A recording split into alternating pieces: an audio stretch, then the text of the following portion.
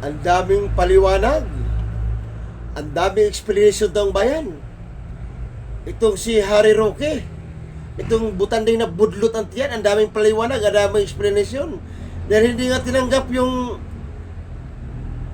mga DDS na nag-file ng impeachment laban kay PBBM, dahil hindi nga tinanggap, ngayon, mayroon siyang mga ginangalgal o ginangakngak. Itong si Harry Roque. Ang dami niyang ngakngak, ang dami niyang ngalngal. Putang ina, nagtatago sa ibang bansa. Ano sa ibang bansa, nagtatago. Ang dami mong dada, ang dami mong ngalngal. Alam mo, Harry Roque, yung ginangalngal mo, kung umuwi ka ng Pilipinas, hindi yung sige ka lang ngal dyan sa social media. Sige ka lang dak dyan sa social media. Bakit hindi ka umuwi ng Pilipinas? Umuwi ka rito. Ikaw mag-file ng impeachment laban kay PBBM. Ang dami mong suggestion. Ang dami mong pagpapaliwanag.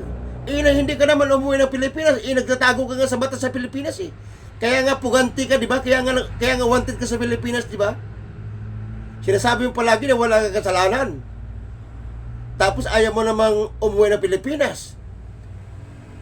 Pinapakuha ka lang ng dokumento. Nung sabi mo, kukunin mo mga dokumento, hindi ka nagpapakita, nagtatago ka na. Tapos ngayon, ang dami mong mga explanation, ang dami mong paliwanag. Ulul ka palang gago ka eh. Alam mo, Harry Roque, yung butanding na budlot at tiyan, ulul ka palang gago ka eh. Ngayon, pakinggan ninyo ang kanyang ginangalngal. Itong si Harry Roque na butanding na budlot at tiyan. Mali po yung ginagawa ng House Secretary General. At kapag tinanggap po yan, at for the same time, hindi po barred at second complaint. Yan po yung desisyon ng Korte sa Francisco. Kaya lang naman, na-bar na itong pang-apat na complaint dito sa desisyon naman, dito sa Vice Duterte versus sa House of Representatives. Dahil nga po, parang hindi tinanggap ang tatlo, pero ang sinasabi hindi raw yun na-file. Hindi. Yan po ay being accepted but rejected. Kaya nga po yung pang-apat is barred. Pero ito po, dahil hindi pa naman po in session ang Congress na isang payan, dapat yan makaparating kay Speaker, pero i-refer po kaagad yan pag nag-resume na ang Congress from the recess. At kapag yan ay na-refer at the same time, hindi po barred ang second impeachment complaint. Kaya naman, ayaw nilang ipatanggap. Dahil alam nila na kapag merong sustansya yung second complaint, at kapag hindi moro-moro yung mga nagsampa ng second complaint, kinakailangan umusad ang proseso ng impeachment. Whether that we have the numbers, hindi po natin alam yan. Dahil ang sinasabi ko nga po, talagang ang pulso ng mga politiko pagdating sa pulso ng taong bayan, ako, hindi po sila nagkakamali dyan. At ngayon po, siguro naman alam nilang basahin kapag negative 27 na approval rating ng presidente, ibig sabihin, case of death pag pinagtakban mo pa ang presidente na negative 27 ang kanyang approval rating. At ang aking friendly advice, pagkabat hindi ko pinagdadasal na siya ay matuluyan dahil ako po isang Kristiyano, ang importante lang, pagbitiw, ibigay ang paging presidente sa kanyang piniling vice president. Pinili naman niya yan, hindi naman niya katugalian eh. Ginamit pa nga niya, hello. At magpagaling nang sa ganun, ma-enjoy naman niya ang kanyang mga apo. At pagdating naman po dito sa pangalawang impeachment complaint, ako, halatang-halata sa Injen, na kapag di mo tinanggap yan, ang tinatanggap ko lang ay mga murong-murong impeachment. Yan ang bayan.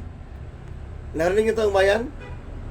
Narinig ito ang bayan ng kanyang explanation. Ang dami, no? Ang daming ngalngal, no? Ang dami mong dada, ang dami mong ngalngal, Harry Roque, butaling ang budlot niya. Ang dami mong explanation na sinasabi ko. Umuwi ka dito ka mag-explain. Dito ka mangangaw, dito ka magpapaliwanag. Hindi nyo, andyan ka palagi sa social media, nagngangaw, nagpapaliwanag. Umuwi ka dito. Dito mo sabihin niya mga nangaw mo.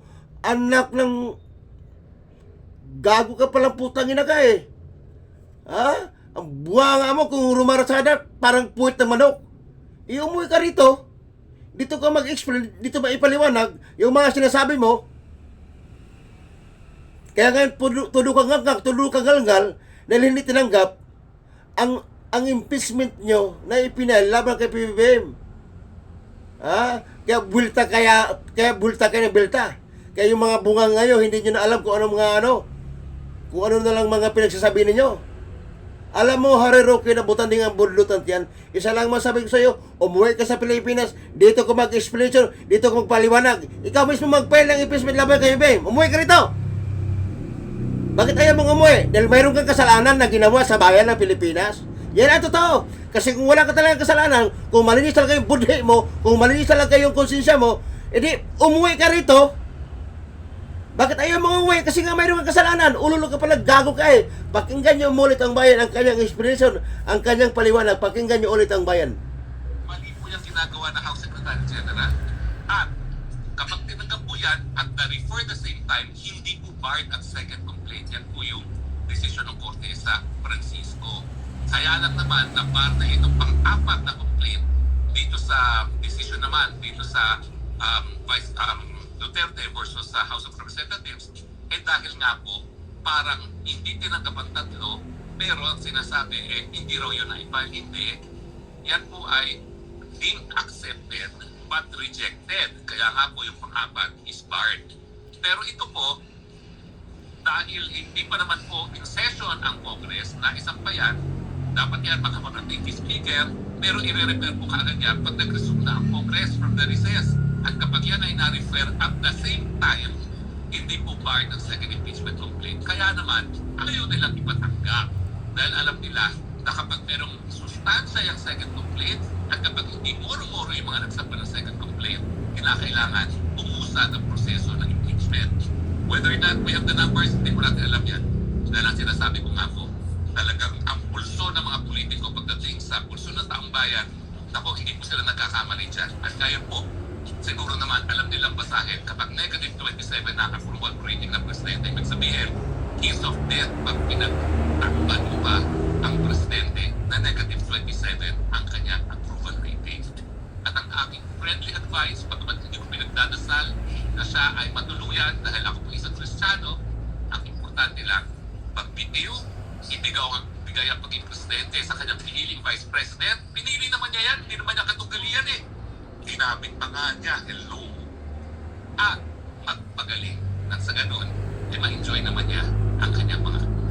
At pagdating naman po dito sa pangalawang impeachment complaint, ako, halatang-halata sa Jen, na kapag di mo tinanggap yan, ang tinatanggap ko lang ay yung mga murong-murong impeachment. Oh, yan, nakita niyo? Nakita niyo yung mukha na yan, oh? Ayan, oh.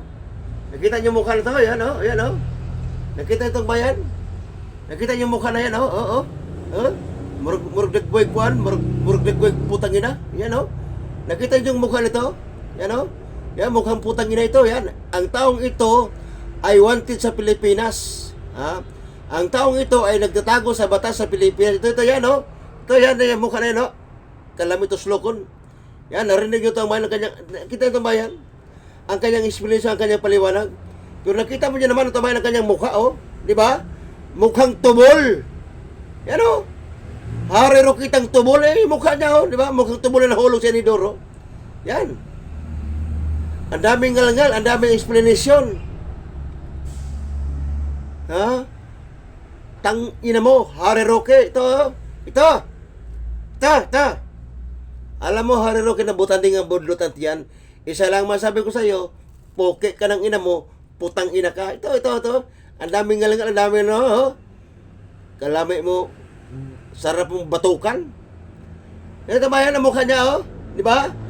Di naman ang mukha niya. Di naman ang mukha niya, di ba?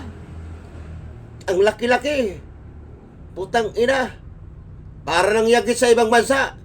International lawyer. Nakipag-agawan sa humba. Para nang yagit sa ibang bansa. International lawyer yan. Nagmumukha ng yagit ang putang ina. Ang daming explanation, ang daming paliwanag. Ang naniniwala lang sa explanation mo, Harry Roque, ang naniniwala lang sa paliwanag mo, yung kapwa mo DDS na mga bobo, tanga, at mangmang. Yan lang ang naniniwala sa'yo. Pero ako, hindi mo ako mapapaniwala sa mga ngal-ngal yung mga ngakangak mo dyan. Putang ina mo. Ha? Akala mo magtagumpay ka, magwagi ka, na ibagsak si PBBM? Akala mo magwagi ka, magtagumpay ka, na ibagsak si PBBM? Putang ina mo, Harry Roque. Ha? Putang ina mo, Hariroke, na butanding, abudlot at yan. Putang ina mo. Yan, putang ina mo, gago ka. Tinan mo yung mukha, oh. Mukhang tubol ang putang ina. Tinan mo yung mukha niya, oh. Oh. Tinan mo yung mukha niya, oh, di ba? Murang gusto na mukha og lagay. Oo, tinan mo yung mukha niya, oh. Parang gusto na kumain ng utin. Ha? Tinan mo yung mukha niya, oh. Oh, tinan mo yung mukha niya. Parang gusto na kumain ng utin ng putang ina yan, oh. Nakanganga na. Nakanganga ng bunganga niya. Bumubuka ng bunganga ni Hariroke. Gusto nang kumain ng utin. Gusto nang kumain ng utin. Kaya tinan nyo naman ang bayan, ang bunganga ni Hariroke. Ngumanganga. Bumuka ng bunganga ni Hariroke. Gusto na kumain ng utin. Gusto na kumain ng utin ng putang ina.